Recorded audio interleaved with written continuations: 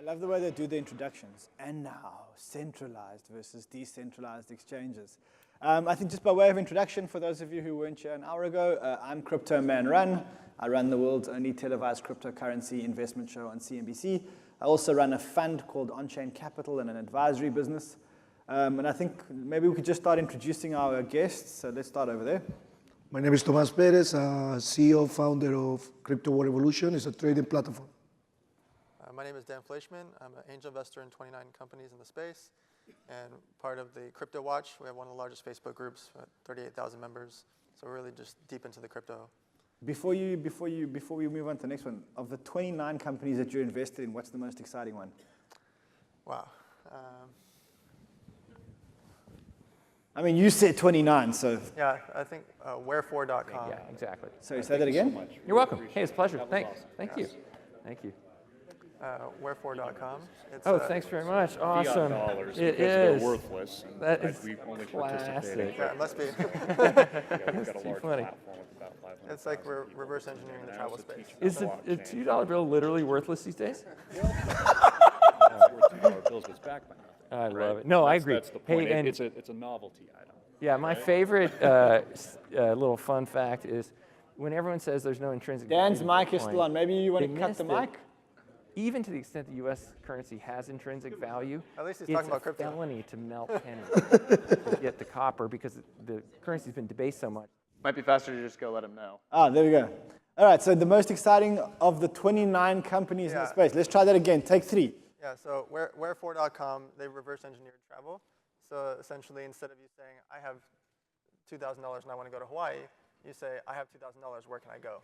And then it does all these crazy algorithms and searches the world and says, hey, you could actually go to Bali or the Philippines or anywhere.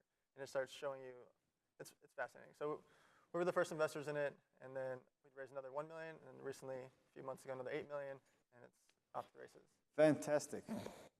My name is Brian Wheeler, and we built I'm the CTO of Optimum, and we built a decentralized protocol for putting options on the Ethereum blockchain. Blaznek. I'm David Blaznek. Am I mic'd up? I think Dan has my mic. Thank you. I'm David Blaznek. I'm the CEO and founder of Total, and we've developed a software that allows users to trade on decentralized exchanges. Alex Wern, CEO and co-founder of Aurora Labs. We created IDEX, which is the #1 decentralized exchange. When you say the #1 decentralized exchange, what kind of volume are you guys doing on the exchange? 2 to 5 million daily volume, about 30,000 monthly active users. Okay, fantastic. Now, just by a show of hands here, how many people here have actually used or do use a decentralized exchange? And the rest of you use only centralized exchanges or don't trade at all? All right, so I think there's a big debate around the future of exchanges, and I think there was a lot of hype last year around DEXs, and I think the hype came around the fact that a lot of exchanges were being hacked and that users felt that their funds weren't safe inside the exchanges. A lot of the exchanges, though, that did get hacked actually refunded the people or the people that lost tokens actually refunded the people in full. I think right down from the Bitfinex hack where they issued the recovery right token and all the rest of the hacks actually refunded people today. The experience trading today on a decentralized exchange is not as good as trading on a centralized exchange. And maybe I want to ask you, what are the major barriers to trading or to getting the experience of a decentralized exchange to be the same or similar to that of a centralized exchange? So the biggest challenge, and one that we've worked on trying to solve, is that if you use a blockchain for custody and settlement, you now introduce this latency element. So when users trade on a decentralized exchange, there's this delay waiting for the network to confirm their trades. So we have a design that allows people to trade instantly and back and forth and kind of insulate them from that component. Another piece which you talked about, though, which is kind of a barrier, is just the education around using a private key and a wallet to access your account. Any centralized exchange that you log into, you've got a username, password, as well as probably two-factor authentication. It's a security process that users are familiar with and have come to understand. So there's just an education element to getting them to understand how a private key works and how it's just a different model of security. And let's talk about the advantages of trading on a decentralized exchange, other than the obvious advantage, which is the fact that your funds aren't stored in a central entity. What are the other advantages of trading on a decentralized exchange? So I think that the custody one is not to be understated. So we have a lot of market makers who talk to us and say how they prefer trading on IDEX because they know that their funds are, the security is in their control. They prefer that model. We think that's going to be the case with a lot of the institutions as well, that they're going to want to maintain custody of their funds just for both peace of mind as well as because that's a part of the value chain that they can capture if they're not having to pay someone else to manage that process. And you mentioned that you have solved the speed issue, the speed of transaction issue. Maybe can you give us a little bit of background as to how the problem is solved? Yes, so it's ironically through an element of centralization. So we have we've kept the most important parts of decentralization, which is fund custody and settlement, and we've taken some of the other pieces and we coordinate them in an off-chain fashion. So users see orders that are posted through our application, and then are able to send those orders to the blockchain for final settlement once they sign it with their key. So when I trade on a centralized exchange, the execution time is 0, something seconds. When I trade on a decentralized exchange, and specifically IDEX, what is the execution time from the time that I press trade until the time that the trade actually matches? So the execution time is the same as a centralized exchange. The difference is that we then immediately dispatch the trade to the blockchain for settlement, for final settlement. You can think of the final settlement on a centralized exchange as days, weeks, however long it takes for you to withdraw your funds. You may never actually settle on the blockchain. So one other piece to mention, though, is the transparency element. So with everything going through a decentralized exchange, you can be sure that kind of the way the orders are presented and being settled are actually matching what you, the user, are seeing through the UI. So it brings an element of accountability that doesn't exist for centralized exchanges. And are you monitoring market makers and trading for their own types of issues that they have on, say, traditional stock markets in terms of fake trading and inflated trading, front running, those types of things? How are you going about that to combat that? Yeah, so we've started bringing in tools to monitor that stuff as well, right? And so we're implementing basically the same policies that you would see in a traditional kind of trading environment. Now, Dave, when we spoke earlier when we were shooting the show for CNBC, you mentioned one of the big advantages of decentralized exchanges is the fact that you don't have to do KYC and AML. Do you really believe that that's an advantage? I mean, and the reason why I ask is, I think that the one thing in this crypto, we're decentralizing and disempowering a lot of the authorities and the governments. And one of the things that the governments have been quite sticky on is the fact that they want KYC and they want AML. And trading on a decentralized exchange kind of says that you don't have KYC and you don't have AML. Do you really think that that's a sustainable long-term advantage of a decentralized exchange? I think that specifically what I was referring to is KYC AML in the traditional sense, that we understand what KYC AML is today. Everyone thinks of KYC AML, and then their mind immediately goes to taking that picture of their license online in front of the computer. And so that is really what I'm referring to when I say we don't need KYC AML. There are newer approaches to combating the issues that KYC AML is combating that don't create so much dead weight loss and inefficiencies. There's groups like Hey Coral. HeyCoral.com is doing an excellent job of creating anti-money laundering solutions for the blockchain without requiring people to divulge their personal information and where they live and their license and picture of themselves to some authority in Malta that they don't really know. So there are things that we can do that aren't quote unquote KYC AML, and that's my point. Okay, now I mean you're a trader. Yes. And you're trading on currently centralized exchanges, right? Yes. What's the biggest barrier for you not to be? Why aren't you trading on decentralized exchanges? Is the quantity of value which we at Arabic coins, and we have 50,000 customers. So the volume is not there in decentralized exchange. That's the reason. Centralized exchange are terrible today, and it's good. So everybody has the opportunity to create their own exchange, and security can be insured. It's gonna come out an exchange that you're gonna put your Bitcoins there, and they're gonna insure you. The reason you have your money in the bank because it's an insurance that tells you if something happens with the bank, you're going to get your money back. Well, there is an exchange in Singapore that is today insured. Every transaction that you make, they take a very small part of your transaction, 0.01 or whatever it is, and they insure your funds in the exchange. And actually, if I'm not mistaken, the insurance is done through Lloyd's of London. So I'm talking about the third-party insurance. Now, the exchange have to insure themselves is nothing. They have to use like an ING company to insure your funds. So the exchanges... The same guys that were bailed out 10 years ago? Huh? The same guys that were bailed out 10 years ago? I don't understand the question. The same groups that were given money from the governments because they didn't have any money left to support their commitments. I just give it a name. The thing is, people want to be secure. So there's no exchange right now that guarantees you your Bitcoins or any coin. So, but there's no exchange that want to be secure because they don't want to have an insurance because they don't want people to see their books. Because all fraud people, you know, all these exchanges getting fake coins, and they don't want to be seen by any government, by any institution, what they're doing behind.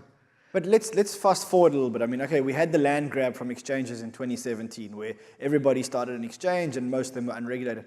But let's jump forward 2 years. In 2 years' time, exchanges are regulated. Exchanges are all registered in a certain place. They're not really scared of fraud, and they all get audited by a real auditor regularly. At that point, and they all insured. Let's make an assumption that 2 years from now, every single exchange is insured. So Then would you prefer to trade on a centralized exchange or on a decentralized exchange? Centralized. If it's like that, I Why? would prefer centralized. Why?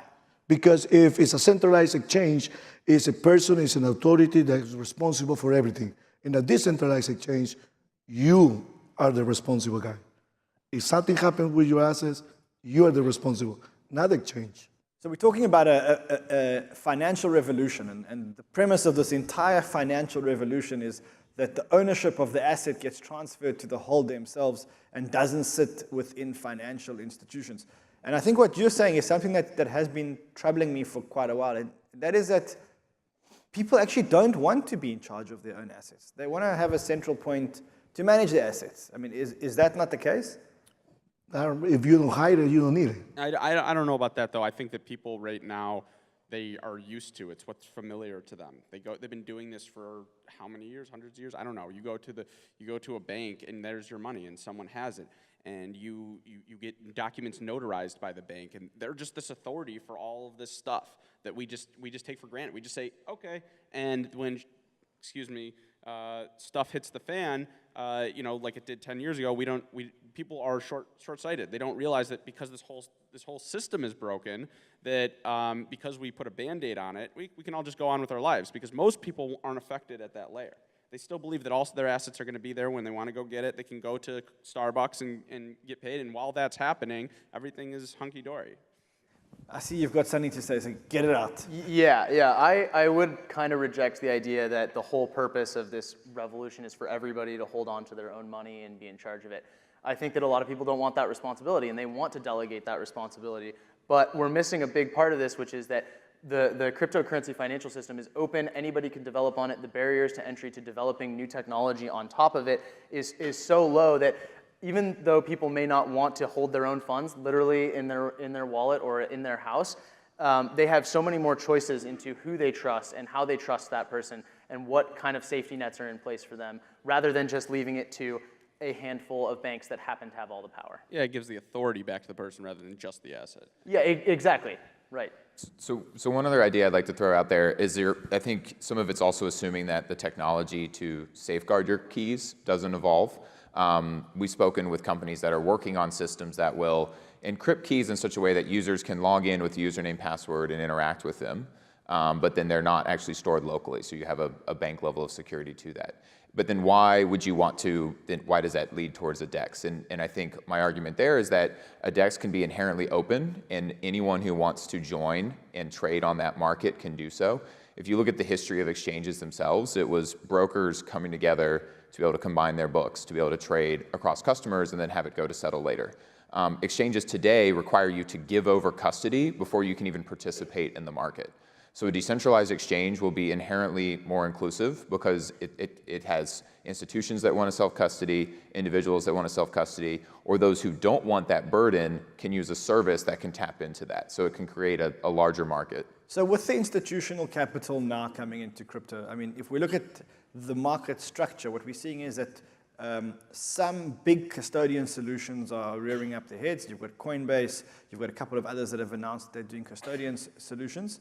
And then you're going to have a whole lot of trading amongst the institutions. Are you saying that those institutions are going to rather take their money out of the custodian solution, which they have, say, with Goldman, put it into their own makeshift custodian solution, and then trade it using a DEX? Or do you think that institutions are going to feel more comfortable taking it from Goldman, putting it into a Coinbase institution or Coinbase Pro, and then trading out of Coinbase Pro? I mean, I think right now they'd be much more comfortable with a decentralized approach. Where are they going to put the money? With Binance that's located in Malta? Yeah, I can really see Goldman Sachs doing that.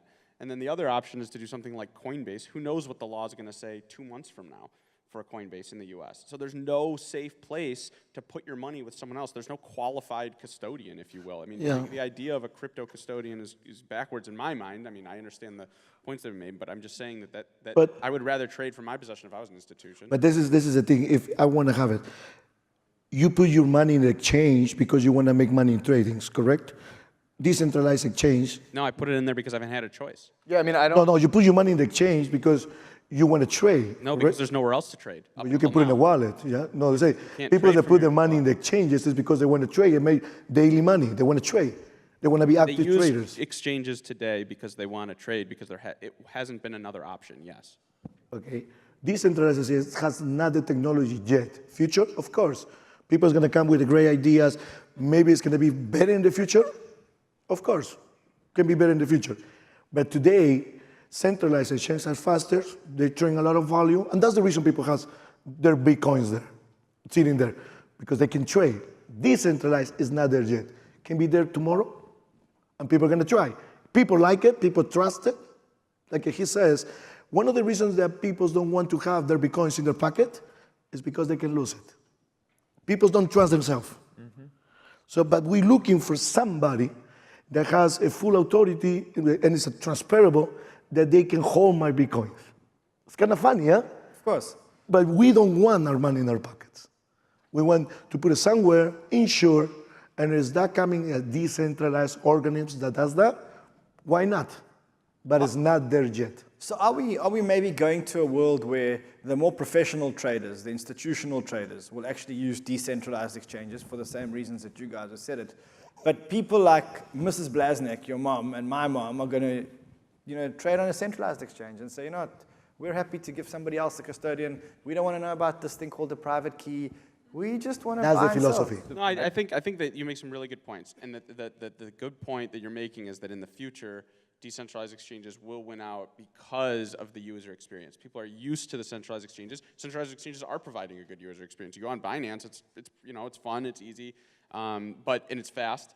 But I think as the technology grows and as the user experience changes about private key management, the interfaces themselves, the speed of the infrastructure and those trades, all of that stuff. So yeah, I would agree with that, with the point that you're making, that right now, I mean, it's obvious, you can go by the numbers. Centralized exchanges are like 98% of all volume. So it's not really an argument. But I would agree that as the UX changes, people will change to DEX. Let's look at the terrain today of decentralized exchanges. I think by far the biggest one is IDEX, right? Who else? What are the top 5 decentralized exchanges today? IDEX, DDEX, there's a couple on other blockchains. There's some coming up on EOS. Bancor has a pretty good amount by volume, but just by trades.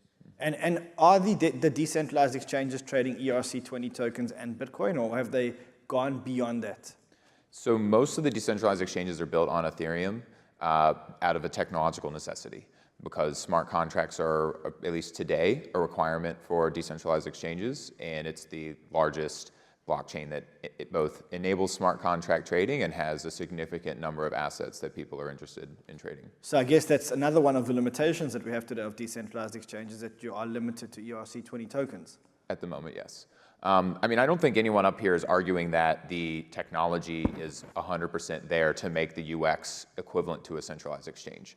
To your question earlier about custody, my framework is that custody and exchange will be separated. If you want a custodian, great, you can go to a trusted custodian and they'll be able to tap into these exchange networks, essentially decentralized exchanges, in order to trade with either other custodians, other institutions who are self-custodying. If you restrict your trading pool of liquidity to those who have chosen a particular custodian, a centralized exchange, it's going to have less liquidity and less value than an open network of trading. Okay. And I think that's a really good point, but maybe you could talk to us a little about how IDEX is looking to go that direction towards an open platform, because right now as it sits, it's very difficult for people to connect with IDEX because you're playing that role as the authority for party matching. So if you could explain how your system could integrate with several of the other systems that are out there that are decentralized would be interesting to hear. Yeah, and so that's, without getting too technical, is your system itself open? Can anyone join it? And can your system communicate with other systems, right? So if people are coming up with different decentralized exchanges on different protocols or different ones within the same blockchain. Again, it's a technology problem. It's something that people are working on to solve. There's a lot of blockchains that are working on cross-chain interoperability. The idea of bringing Bitcoin or something and making a representation of it on another blockchain, but in a way that doesn't require a trusted third party. So Tether without the Tether risk, right? BitShares is the #1 example. yeah, it's a proxy token. Proxy token. But done in a way that you're using a blockchain rather than an intermediary. And so if you extrapolate all this out, the assumption is they will speed up, they will be connected, they will be open, and that custody will become another product that some people are interested in, but everyone can connect to this one network, which inherently will be more valuable. Okay, now, I mean, we saw 0x being launched on Coinbase as the first ERC20 token, which is, I think, kind of ironic because you have Coinbase, which is the largest centralized exchange, and the first token that they delist is a decentralized exchange protocol. How do people in the industry feel about the 0x protocol? Okay, I know a good bit about the 0x protocol, and it was one of the first decentralized exchange protocols. So I think that is something that we were all really excited about. It was like maybe first to market. Is that, Alex, do you know if that's right? Yeah, and from a protocol perspective, I believe. Yeah, Well, there was Ether Delta, which was very, very popular when 0x started. Oh, well, right. There was Ether Delta, but that wasn't really an open protocol. 0x was they opened it up to everybody, and they really designed their whole system around open smart contracts that anybody could integrate with. You can run your own order book. You can become a relayer, which really just means being an exchange built on 0x. So they're great. They've done a really good job driving the technology forward. Yeah, I think it's indicative of the fact that centralized exchanges are looking for decentralized exchange solutions. I think it's awesome it's a validation for groups that are proponents up here for decentralized exchanges. I think that the fact that Coinbase, the largest United States company in the exchange world, is making that statement indirectly by listing 0x, by buying Paradex, by doing these things to get their hands involved in that space. I mean, look at Binance. Binance is announcing that they're launching a decentralized exchange. Yep. CZ said the future of his whole business is around the decentralized exchange. Bitfinex has ETHFinex and EOS Finex, or whatever their marketing team decided to do. And so those indicators are really what helps drive the validation, I think, for these projects as well. So let's try to look a little bit forward. At what point do we believe that decentralized exchanges will have a reasonable chunk of the volume of trade that's happening? Are we talking about 6 months from now? Are we talking about 12 months from now? Are we talking about 5 years from now? It's going to be the point when we don't even know the difference. When you go online and you look for an exchange, and you can't tell because it's not like one of them has been stamped with decentralized and the other one's been stamped with centralized. They're just going to be exchanges, and the level of centralization in that technology is going to be so far under the hood that the user doesn't even see it. Yeah, I would completely agree with that. As we've been talking about the past two interviews, is the abstracting away that issue, and I completely agree with the user experience will be the key there. Now, and I was just going to add, I think there's what is the UX when you're on the exchange? Like, how quickly do things settle? Is there a gas fee that you're paying to the network? There's also the UX of getting onboarded, creating a private key, and understanding like what you're doing when you have that wallet. And I think that's one of the least talked about and kind of elephant in the room elements of the crypto space in general is like we really need to work on better, easier to use wallet solutions, things that make the average person comfortable with storing their private keys locally. You know, there's countless number of tales of people who've lost vast fortunes of cryptocurrency without having something user-friendly to manage. So I think it's better solutions for users who are interested in self-custody, better kind of layering and protection, but in a fashion that they're in control. And then these custodian solutions that would be able to plug into a decentralized exchange for someone who says, I want nothing to do with that. I want someone else to take care of it. Now, David, you guys at Total are solving a lot of these usability issues. So where the decentralized exchanges are not solving the issues, you've come on as a kind of an aggregation layer and said, you know, we'll take care of it. Give us some insight as to why you think your product is growing in popularity. Well, we believe all the same things that we've been talking about, is that user experience is key to adoption, and we're providing individuals and advisors and money managers a software that allows them to more easily utilize the decentralized exchange world, all the different decentralized exchanges that exist. So we believe that we're growing in popularity because we're solving a pain point for a lot of people. People who get into crypto, there's sort of this evolution of your mind. You go to a centralized exchange, you feel terrible because you have your money there. Then you decide to use a decentralized exchange. It's a horrible experience. And then you realize, okay, I can just start using the centralized exchanges again until someone comes up with something better.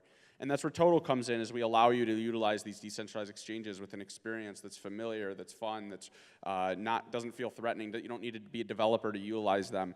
And we're working closely with every group in the space in order to keep improving that experience. And we'll be continuing to do that throughout this year, next year, and on. All right, so I want to move the conversation slightly away from the centralized versus decentralized exchanges. And I want to talk about this new concept, or relatively new concept, of transaction mining, which is Fcoin, I think, was a big example. Now, I don't know how many of you know what transaction mining actually is, but essentially what it is, it's the more you do transactions, the more tokens you mine, which are the native tokens of the exchange. So if you trade Bitcoin and you pay $100 in trading fees, the exchange gives you back $100 worth of their own tokens, 100% of your money back in the form of their own tokens. And some of these exchanges are actually buying back the tokens from you once a week, once a day, once an hour. And essentially what they're doing is they're giving control of the exchange to the people that trade on the exchange. Do we think that's a sustainable and real model? I don't believe we need more coins. That's the truth. Yeah. So that's a way to people feel like they don't pay. That's it. It's a sales point. Yeah, it's a complete sales tactic it's not sustainable, because in economics you need the two sides to even out. And if you're going to trade $100 of Bitcoin for $100 of Ethereum, you can't just get $100 of Fcoin too. So it doesn't really work. You trade $100 of Bitcoin. 60 cents, because the fee, they pay you the fee. The fee, which is 60 cents, and they give it back to you in the form of their token.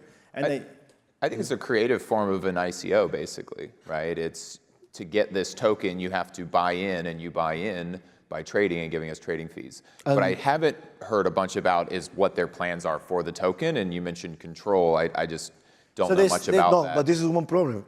The exchange can be shut down, because now people are going to join the exchange just for the money, just for the token, because somebody's going to tell them the token is going to go up in price. But not really, because what happens is if you hold a certain number of tokens, you become a masternode, and if you become a masternode, you decide which coins are going to be listed, and it really gives you a lot of voting rights. People don't know how to trade.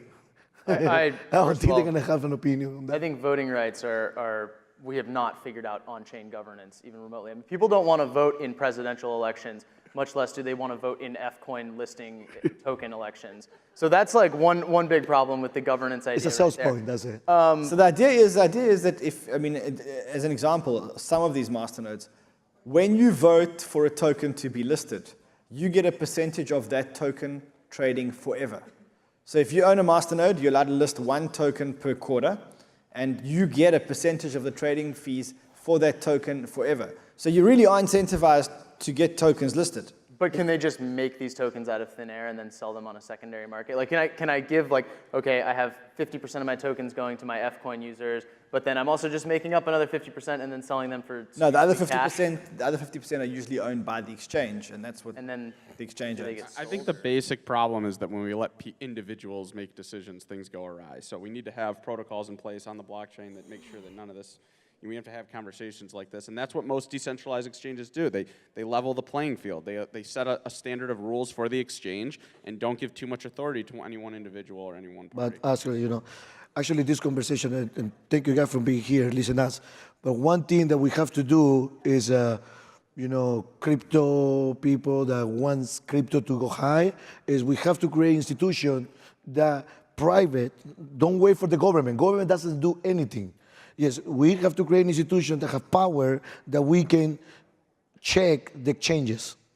Because centralized exchanges, they're doing terrible things behind. And when they do wrong things, the government can shut down an exchange and everybody can get our Bitcoins inside, never take it out. So we have to have an authority that they can see what they're doing. What kind of coin they're listing. Have to be. And we got to do that. We have to empower something like that. So let's talk about the terrible things that exchanges are doing. And I think if I understand what you're saying about the terrible things, it's they charge really high listing fees if you want to be listed on some of these exchanges. Ridiculously high. And the more money you pay, the more chances you get listed, and you get listed per trading pair. On IDEX, on a decentralized exchange, how do you decide which tokens can start trading? Is it any ERC20 token versus any ERC20 token? So we don't support any ERC20 token. It's somewhat a function of our design. It's also something, so the listing fee piece, we don't charge any listing fees for projects that join the exchange. So how do you decide which tokens get listed and which ones don't? Yeah, so we have a team that assesses every project that's applying. We're looking for quality project team members that we can talk to via Skype, understand what they're trying to build. We're looking for evidence of a community. And it's a very delicate balance because if we list everything, then some users will come and complain if a project ends up not being honest. But isn't that the whole point of a decentralized exchange, is that it's decentralized and you're trading? Anyone. Nothing is But the whole point of decentralized. decentralization is that if they don't like that about IDEX, then they can go to any other decentralized exchange. But I'm asking, I think the question that I'm asking is if you're really a decentralized exchange, and to me the definition of a decentralized exchange is a peer-to-peer network where you can trade tokens without a central party sitting in the middle. But in your case, what you're saying is there is a central party sitting in the middle, and they're going to make some decisions as to which tokens we're allowed to trade on the decentralized exchange. And that's when the problem comes, yeah? That's when the problem comes. No exchange is decentralized. I would make that argument. If you need a UI to access the exchange, that's a point of centralization. They can choose what they choose to display to you via the UI. So for us, it's all about how do you selectively use what the technology is really good for. Smart contracts allow you to self-custody and allow you to be sure that this trade you've authorized is the only thing that can happen to your funds. So I believe we need a third-party certification token. Like if you create a token, have to be an entity that say, okay, this token is real and these guys are real. So you can take something like that. But hold on a like second. that. Hold on a second. I'm not understanding something. If I've got a shitcoin, and you want to buy my shitcoin, okay?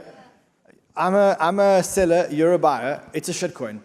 Why do we need a judge in the middle to tell us whether or not we can trade that shitcoin? You don't need it. You don't need it. You don't need it. But to go to his exchange, yeah.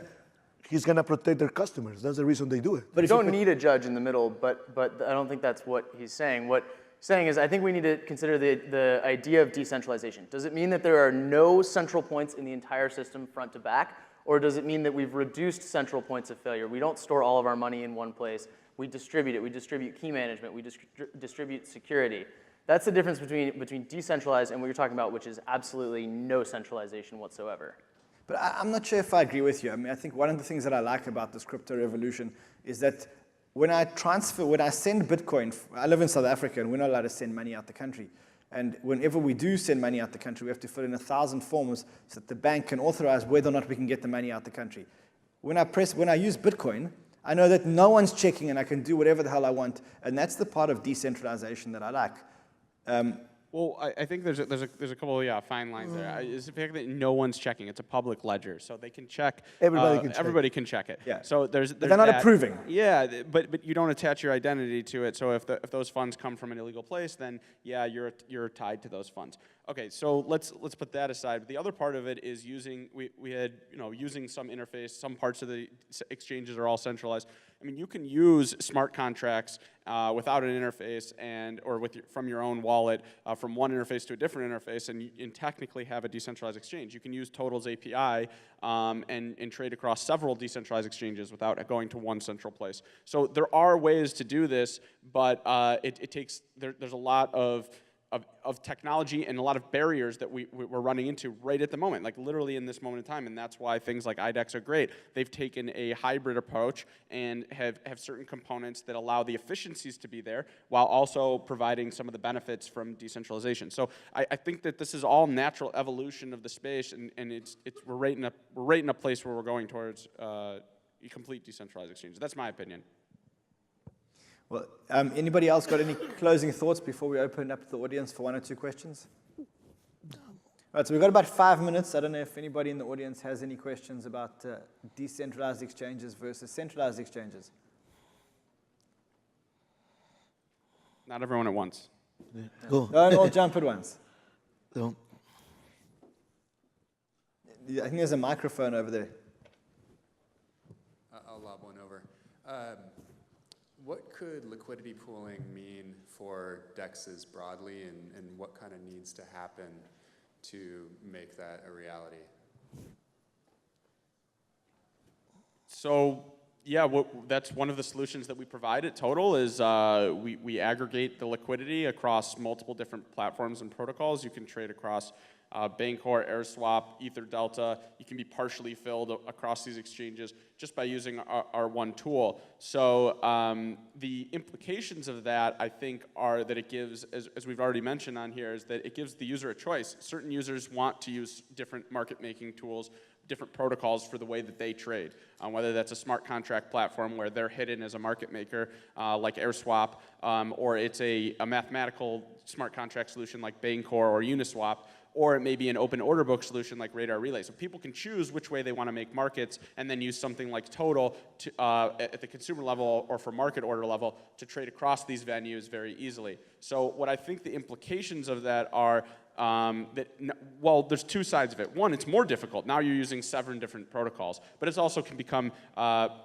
combat slippage and price differences by Total doing all the difficult work. So I think this is a really big movement forward in aggregating that liquidity, and I think it's something that we're going to see other groups try and solve in different ways other than Total in 2019. I'd love to hear other answers to that on this.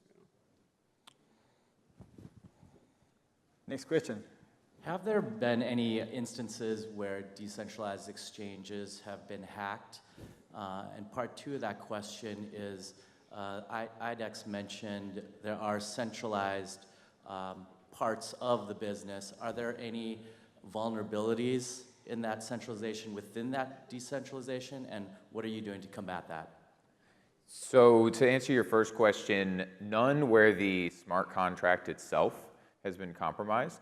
But as we discussed earlier, an exchange is just a sum of these different components, right? You have the smart contract, which is handling custody and settlement, and then often you have either at least a website at a minimum to use to interact with that smart contract. There was an example where one of the exchanges had their website was compromised, their DNS, so the service that says what IP address to point their web domain to was compromised, and people were redirected to a different site that was harvesting users' private keys when they logged in, stole their credentials. Was that My Ether wallet, or who was that? That happened to EtherDelta. EtherDelta. And there was a hack with Bancor. I mean, Bancor, for as much similar. So they have some centralized components, and those were compromised, not the user funds itself. Well, so, were compromised, yeah. But the same thing happened to Binance, yeah? So they never took their Bitcoins. The thing they did, they bought one coin and everybody buys, and then they have the way to take out their coins. And Binance happens the hacking. So in decentralized exchange, because the website can be hacked every single day. People can change codes every single day. Everything can be hacked. The good thing is that you have your coins in your own wallet. So maybe your money not be compromised, but hacking always existed. All right, we've got time for 2 more questions. Let's go over there. Awesome, thanks. I was just wondering, since we've started coming out with the emergence of, it started off with just Bitcoins as a security kind of token, and then we've advanced to utility tokens, stable coins, tethering it to currencies and whatever else, assets. Do you guys think that the difference between centralized and decentralized exchanges aren't just going to be a technological problem, but one that also differentiates between the types of coins that are traded on those exchanges? Okay, if you say so. As I was saying earlier, I think that what we're going to see as the technology progresses is we're going to see the idea of centralized exchanges versus decentralized exchanges go away, and we're just going to see exchanges. And then the only people that are really going to know which exchanges are doing what are the super nerds like me that are going to read all their documentation and figure it out.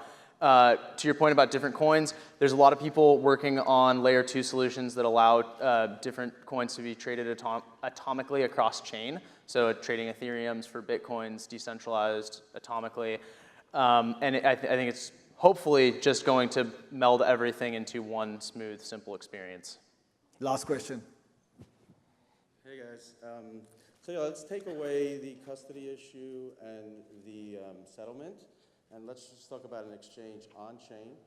So a central limit order book is basically impossible in a decentralized blockchain because of high-frequency trading and front-running.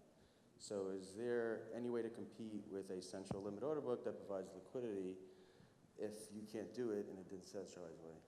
Yeah, I mean, it's easy to say right now you can't do it because of the way the infrastructure looks from a user's perspective, but I do think that there are solutions to this. I mean, you look at IDEX, great solution to take a lot of the work off chain, right? And there was a portion of that done through the development of 0x, right? They took all of the order book information off chain and pushed the settlement just the settlement on chain. So there's all sorts of different ways to do this.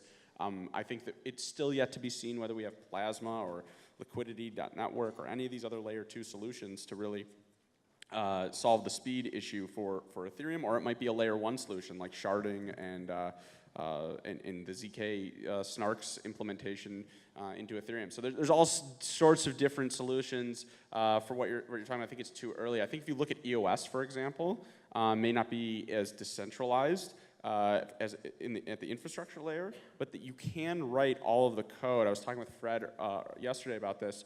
In his EOS Links wallet, you can actually write all the code for the order matching and the order book directly into the smart contract, and it'll execute quickly because EOS has such fast throughput.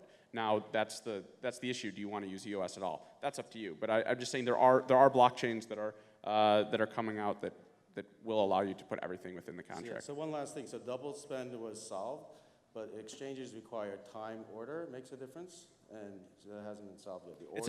It's an economic battle, though, and all blockchain is based on economics. So if you pay more, then you get in front of someone else, and that's the solution. It's the fairest. That's the game theory of blockchain.